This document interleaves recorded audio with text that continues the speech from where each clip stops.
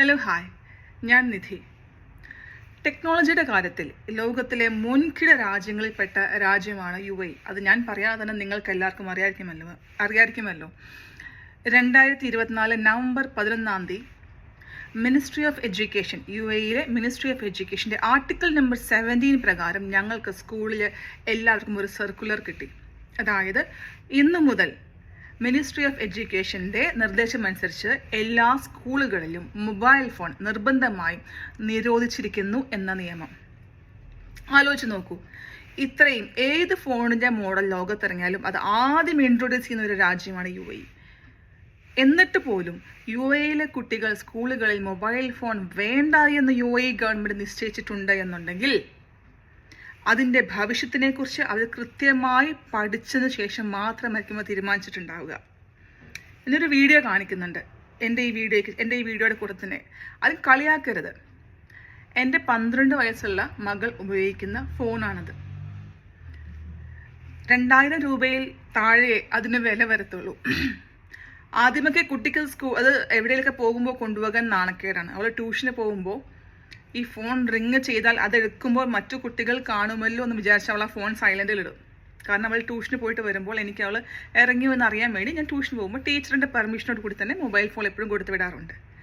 അതിൽ അവൾക്ക് കോൾ വിളിക്കാനും കോൾ എടുക്കാനും അത്യാവശ്യം ഫോട്ടോസ് എടുക്കാനും മെസ്സേജ് അയക്കാനും ടെക്സ്റ്റ് മെസ്സേജ് അയക്കാനും മാത്രമുള്ള പെർമിഷനേ ഉള്ളൂ. ആ ഫോൺ റീചാർജ് ചെയ്യണം എന്നുണ്ടെങ്കിൽ ഞാനോ ഹസ്ബൻഡോ റീചാർജ് ചെയ്ത് കൊടുക്കണം. അതല്ലാതെ അവൾക്ക് കാശ് കൈകാര്യം ചെയ്യാനുള്ള കാശ് ഞങ്ങൾ വേറെ ട്രെയിനിങ് കൊടുക്കുന്നുണ്ട്. പക്ഷേ മൊബൈൽ റീചാർജ് ചെയ്യണമെങ്കിൽ ഞങ്ങൾ തന്നെ റീചാർജ് ചെയ്ത് കൊടുക്കണം. കുട്ടിയുടെ കയ്യിൽ ഞങ്ങൾ അനാവശ്യമായിട്ട് 1 രൂപ പോലും കൊടുക്കാറില്ല. ഞാൻ പഠിച്ച കോളേജ് സ്വാമി വിവേകാനന്ദ കോളേജ്, ഈറോഡ് എന്ന് പറഞ്ഞൊരു കോളേജായിരുന്നു. 4 വർഷം ഞാൻ പഠിച്ചപ്പോൾ ഒരിക്കൽ പോലും ഞങ്ങൾക്കിവിടെ മൊബൈൽ അലൗഡ് ആയിരുന്നില്ല. അവിടെ ഒരു കാർഡുണ്ട്. അഡ്മിഷൻ സമയത്ത് നമ്മൾ കൊടുക്കുന്ന ആ കാർഡിൽ നമുക്ക് വിളിക്കാൻ അനുവാദമുള്ള 3-4 മൊബൈൽ നമ്പർ ആഡ് ചെയ്യും.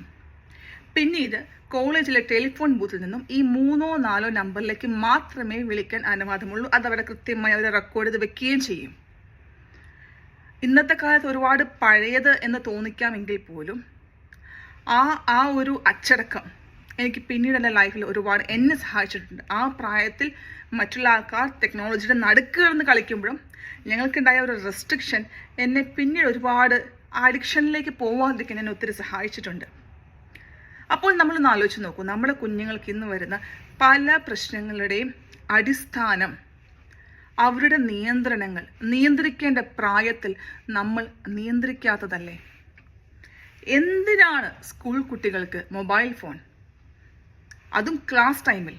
ശരിയാണ്, അവർ സ്കൂളിൽ എത്തുന്നുണ്ടോ എന്ന് ഉറപ്പിക്കാൻ, സ്കൂളിൽ നിന്ന് ഇറങ്ങിയാൽ വീട്ടിലെത്തുന്നിടം വരെ അവരുടെ സുരക്ഷിതത്തിന് വേണ്ടി മൊബൈൽ ഫോൺ ആകാം.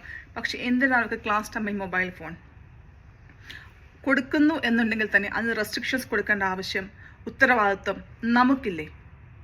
എൻ്റെ യൂട്യൂബ് ഫാമിലിയിൽ കൃത്യമായി പറയാനാണെങ്കിൽ 5000 ആൾക്കാരുണ്ട്.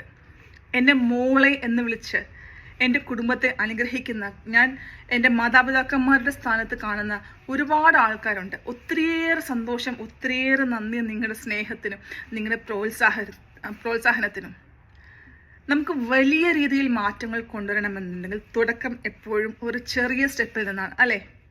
എത്ര നീണ്ട യാത്രയായിക്കോട്ടെ, ഒരു ചുവടുവെപ്പിൽ നിന്നാണ് നമ്മുടെ യാത്രകൾ തുടങ്ങുന്നത്.